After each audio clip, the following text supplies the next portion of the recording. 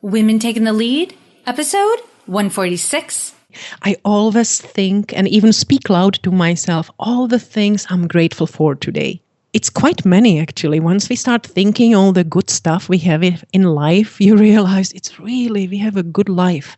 And I think it sets the tone of my day. I feel very happy and positive, and the energy that I have, I think the people whom I interact, they feel it too. So with me being positive and happy, I think I make other people feel good also. And that's the part of me being leader, that I'm making their lives better. Hello, my name is Jody Flynn and welcome to Women Taking the Lead, where we are all about creating blasts of inspiration to help you overcome self-doubt so you can lead with confidence, integrity, and a sense of humor. Head over to womentakingthelead.com to join the community and get the resources to support you on your leadership journey. Now, your future awaits, so let's get started. Hello, everyone, and thank you for joining us today. I'm here with Suzanna McGee, who is a former Ms. Natural Olympia bodybuilding champion, now competitive tennis player, author, speaker, raw vegan athlete, and performance and injury prevention specialist with over 25 years of experience. She is certified by the National Academy of Sports Medicine and also holds a certificate in plant-based nutrition from Cornell University.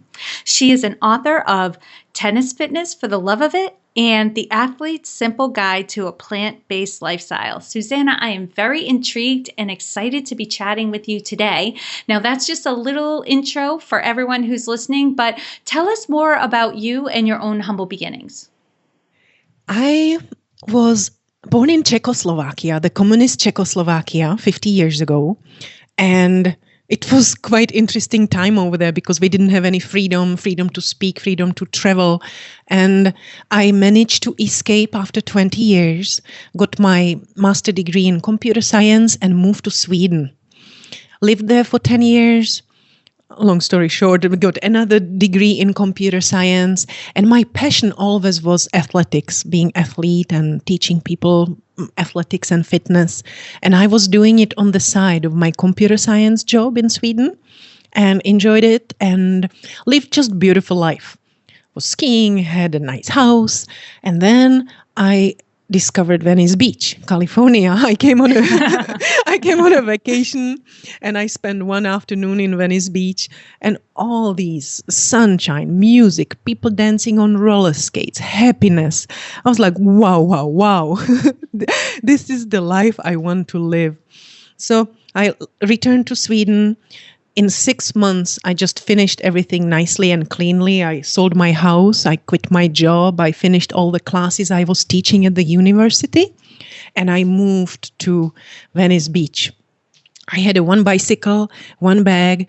I didn't speak any English, didn't know anybody, didn't know where to go and what I'm going to do. And that was my start. It was pretty much starting over completely. And since then, I built myself a really beautiful life. It's been 20 years. I've been in Venice Beach for 20 years. And I built everything that you had in the introduction. It sounded actually really cool. So I created myself a really beautiful life that I'm enjoying every day. Oh my goodness. I can't even imagine moving to a country that I didn't speak the language. I get the whole it was a beautiful day, the music, the people were dancing, they were on roller skates, it was having a lot of fun. But even with that image in mind, the courage it takes to just do it. And it sounds like you just made up your mind in that moment and just went for it. Yeah, once I made up my mind, it was my only focus. And I didn't come just unprepared. I had options in my head, what I want to do, or if it doesn't work, plan B, plan C, and I can always return back to Sweden if it doesn't work. So I had all these little options in my head, but actually it turned out completely different than my options were. But I did have a plan, so I was not completely clueless when I came. I was prepared. Right. Nor were you overly concerned about how it was all going to play out. So that is amazing, Suzanne. And that gives us a wealth of information about you right there. And you've clearly had success in your life. Goodness, everywhere you've lived, you've managed to just grow and progress into some new area of interest. And I can hear in your voice, you've definitely gained confidence. You're very confident in what you're doing and who you are right now. But take us back to a time when you were playing small, right? Where you just didn't realize what you were capable of, or you didn't truly value yourself. Take us back to that moment. Share with us that story and the lessons you've learned. It was really interesting because when I lived in Czechoslovakia and Sweden, I did all these different things. I accomplished a lot, but I never thought about it. I never had this entrepreneur mindset because in communism we were suppressed. So that's how I got brought up. I didn't know better. In Sweden, I had more freedom, but I was working at the university. I worked for somebody. So I never thought about myself as an entrepreneur and I can do what I want, a life I can create on my own. That was never in my head. And when I moved here, and I realized that I could do this fitness lifestyle as my living, I was extremely enthusiastic about it, but it was a huge culture shock, It was a culture shock from Czechoslovakia to Sweden, but then from Sweden here to USA, and especially Venice Beach. It was unreal. People seemed really, really nice and happy and positive, but they were all promising. It was not real. And I got burned so many times. I believed them and trusted them. So I had many, many lessons learned during this transition.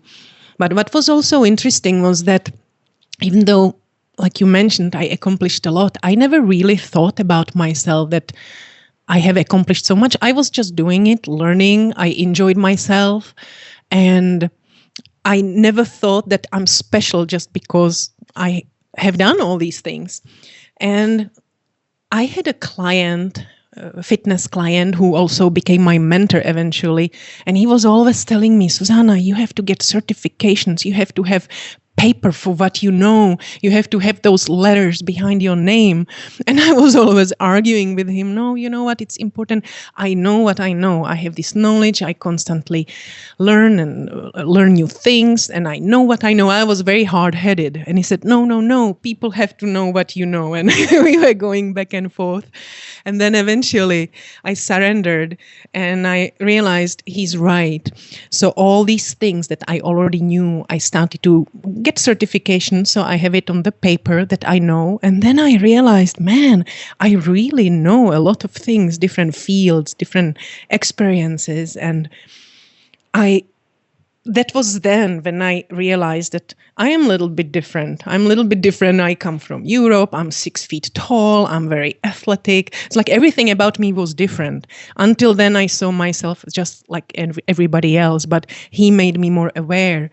And when I was, for example, telling my story to anybody, whoever was asking, I told them, everybody was so impressed. Like, wow, really? You should write a book about it. This is so amazing. So hearing all these inputs from other people, it made me realize that, yeah, maybe I have accomplished a lot. And yeah, maybe I am different. And maybe I should share my knowledge with others because I can inspire and motivate them. So that's how it started, actually. Wow.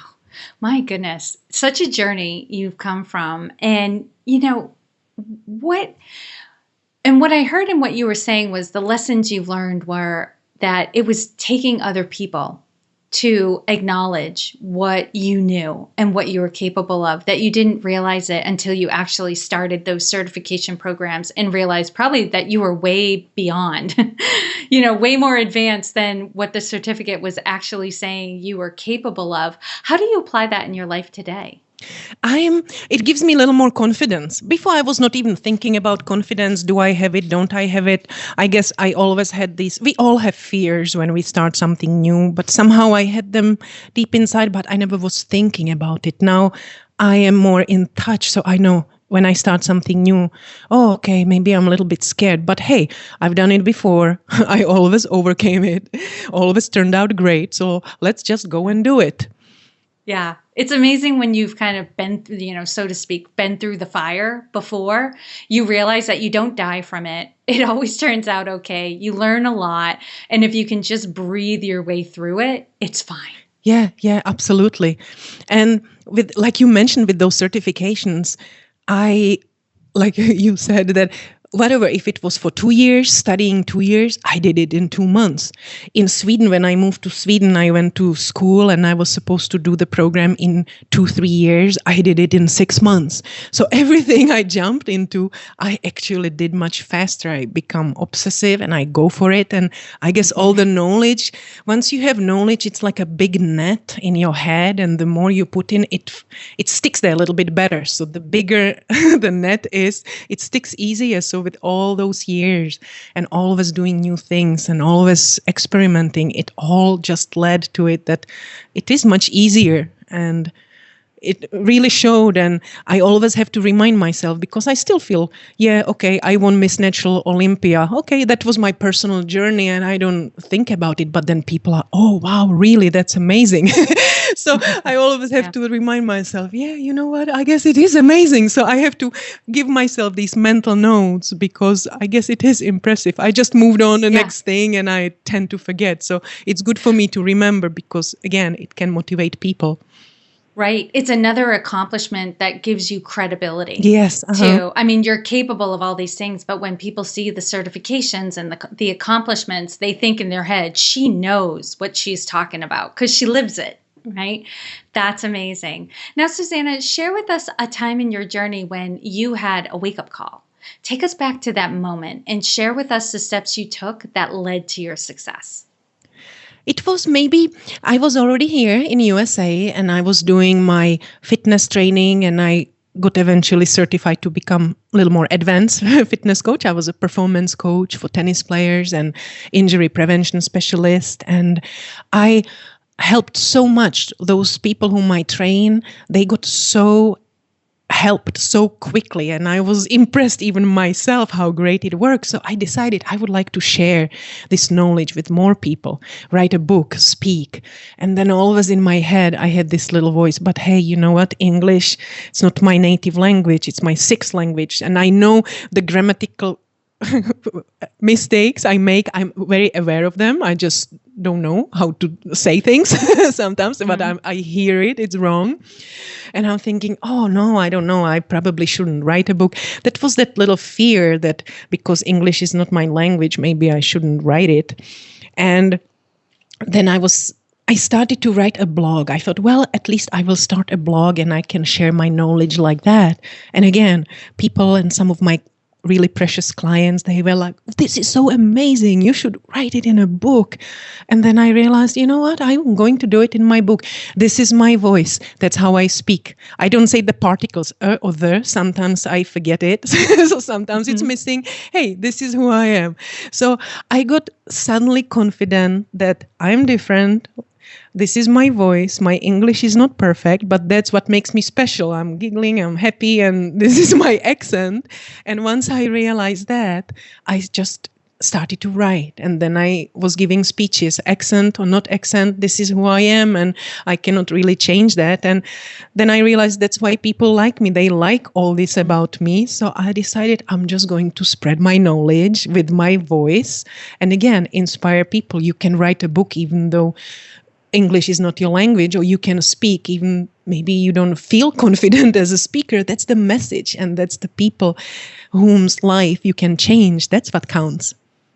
It's so true. We hold ourselves back if we don't do things perfectly, but oftentimes if we're willing to take the risk and put ourselves out there, people admire that and they respect the effort. You know, when I hear people who it's clear English is not their first language, they have the accent, they're struggling a little bit with the grammar, it's endearing. Like I actually find myself listening more to them and admiring them for the effort, because English is my only language. And I've tried learning other language. Like I know little bits and phrases here and there of a couple other languages, but that's it. I can't have a fluent conversation with anyone in another language. So when somebody clearly can speak more than one language, they have my respect, because I know how much effort it takes to learn another language. So you're absolutely right. If we don't allow our imperfections to hold us back, we often find that people give us space for it. and will admire us for the effort.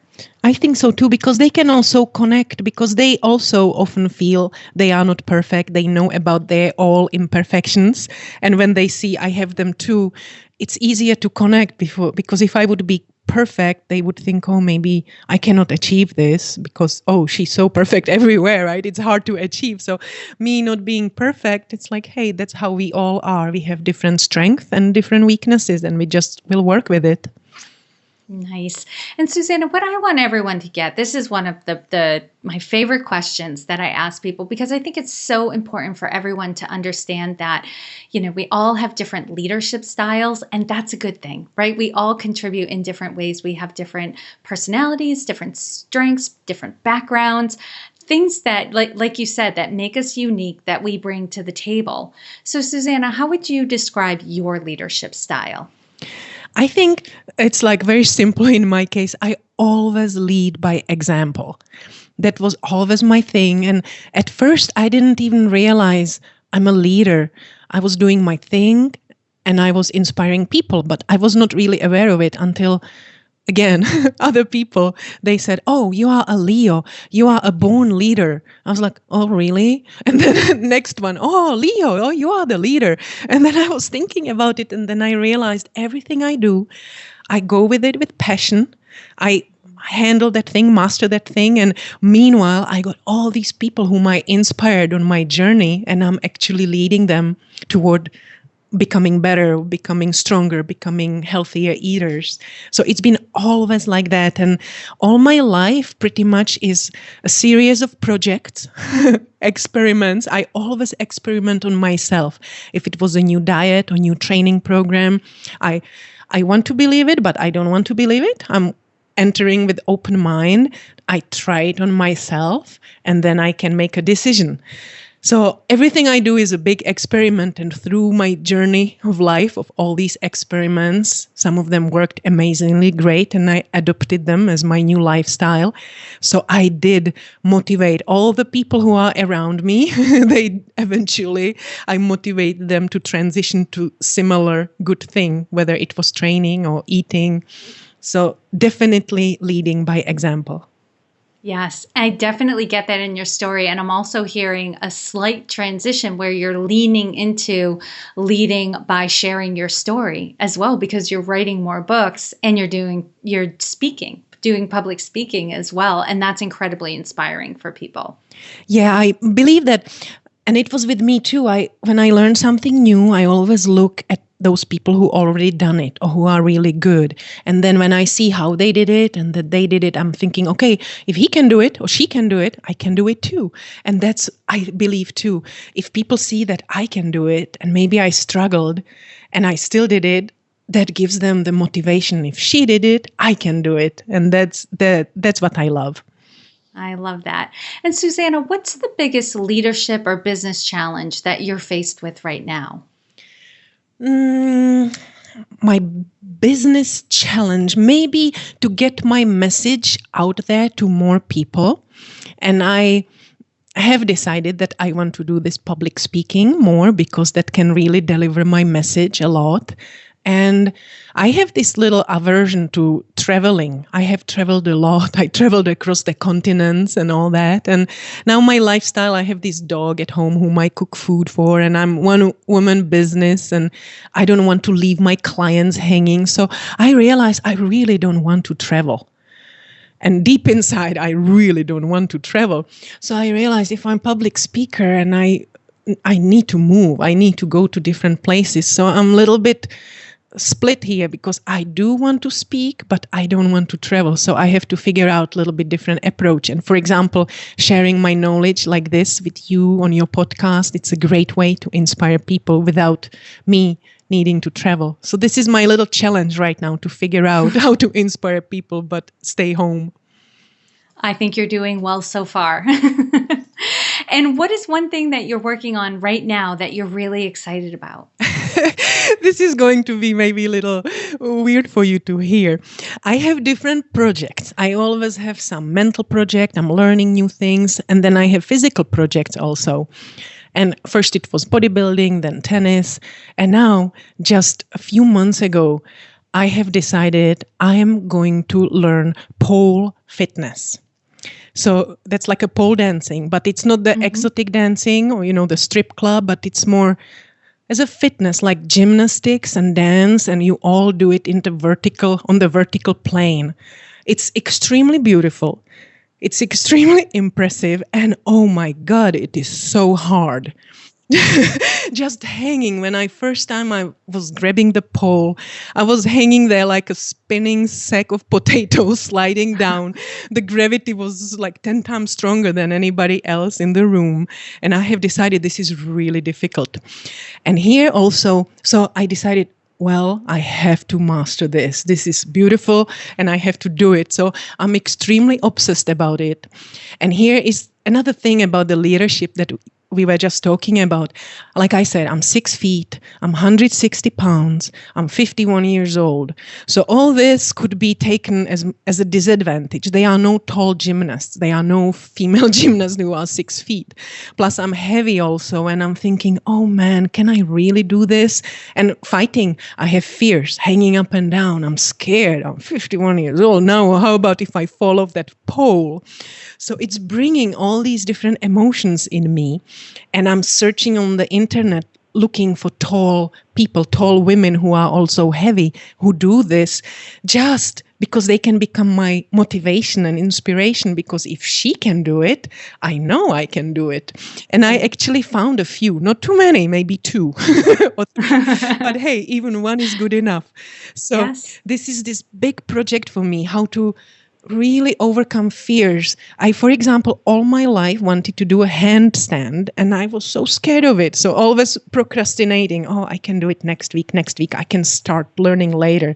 And now I started to learn handstand because it's going to be part of me hanging on the pole. So all these things, this is my big passion and I'm discovering many new things about me.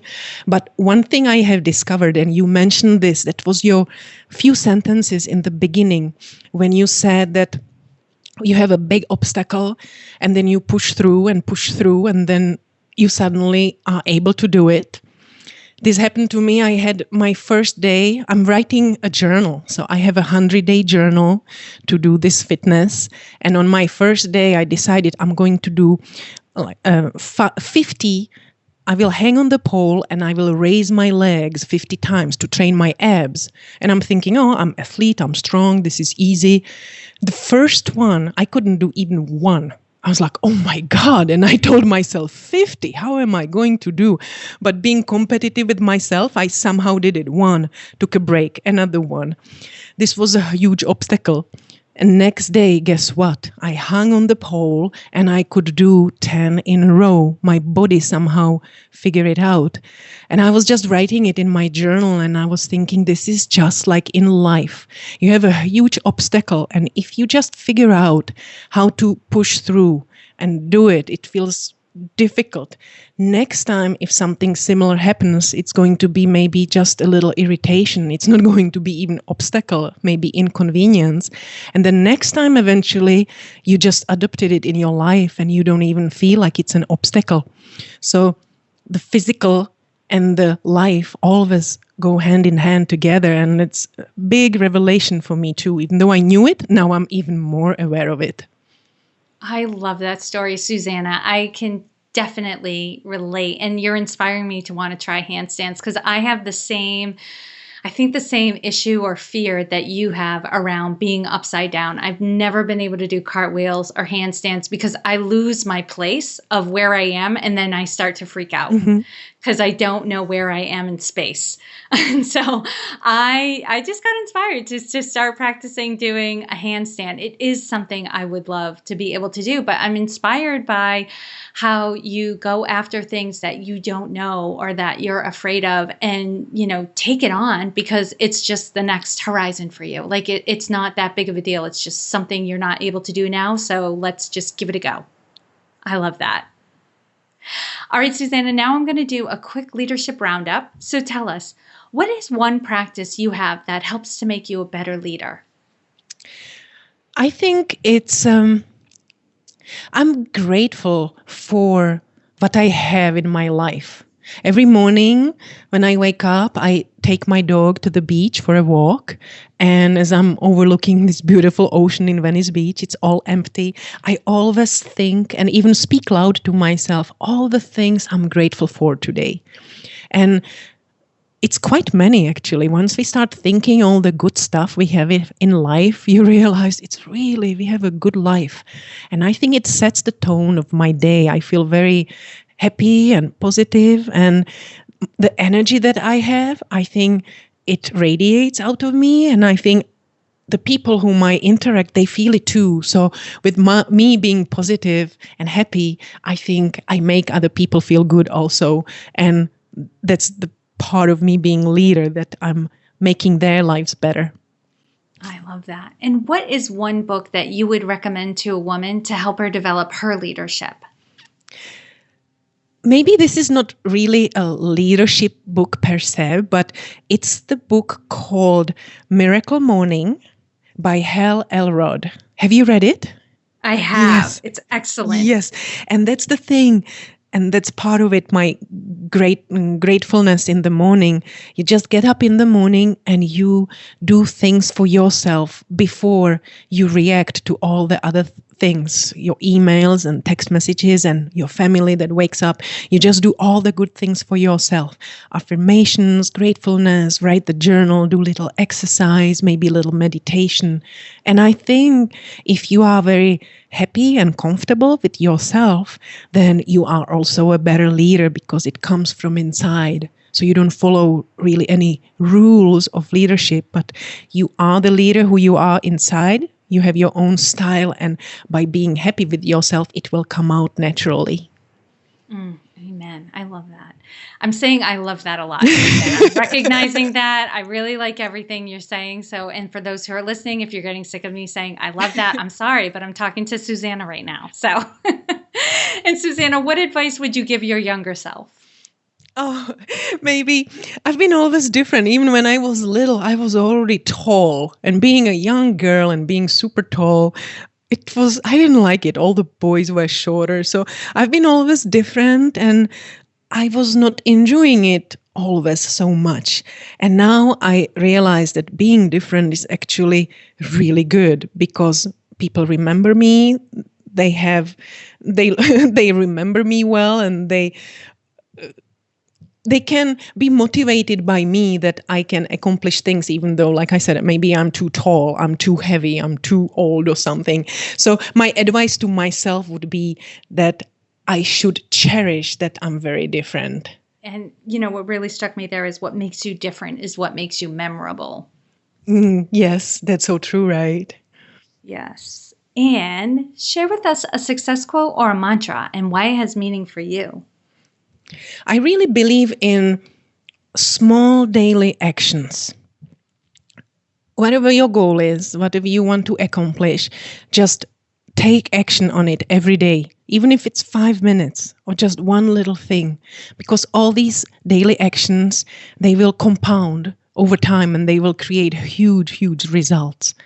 And we cannot really be the same every day. You either become a little bit better or you become a little bit worse. We are not the same. And I think the action or all actions you do, you always should think about is this action going to make me better or is this going to me worse? If I eat the donut or shall I choose the apple? And if you always think about, is this making me better or worse, then the choice is much easier. Or if you want to get healthier, I need to exercise, but I don't have time. But hey, do 10 burpees. It takes you 2 minutes. And just that little action makes huge difference if you do these 10 burpees every day for a month, 3 months, a year. Small daily actions every day. And lastly, Suzanna, what is the best way for this community to connect with you? The best way is most probably my website, that is either SuzannaMcGee.com or tennisfitnesslove.com. That's the same website, just 2 different names, whatever is easier to remember. And email me through the website. I'm also active on Facebook as Suzanna McGee and all the other media, Twitter. I'm there, but I don't tweet. So Facebook or my website. Okay.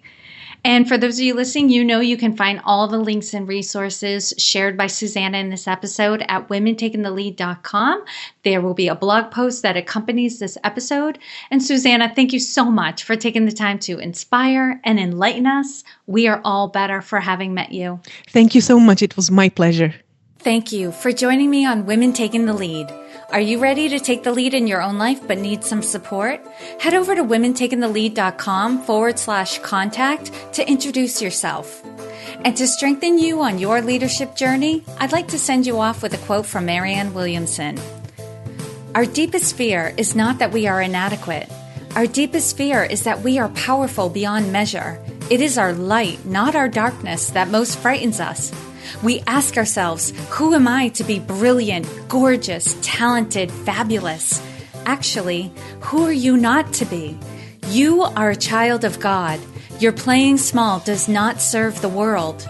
There is nothing enlightened about shrinking so that other people won't feel insecure around you. We are all meant to shine as children do. We were born to make manifest the glory of God that is within us. It's not just in some of us, it's in everyone. And as we let our own light shine, we unconsciously give other people permission to do the same. As we are liberated from our own fear, our presence automatically liberates others. Again, thank you for joining with me, and here's to your success.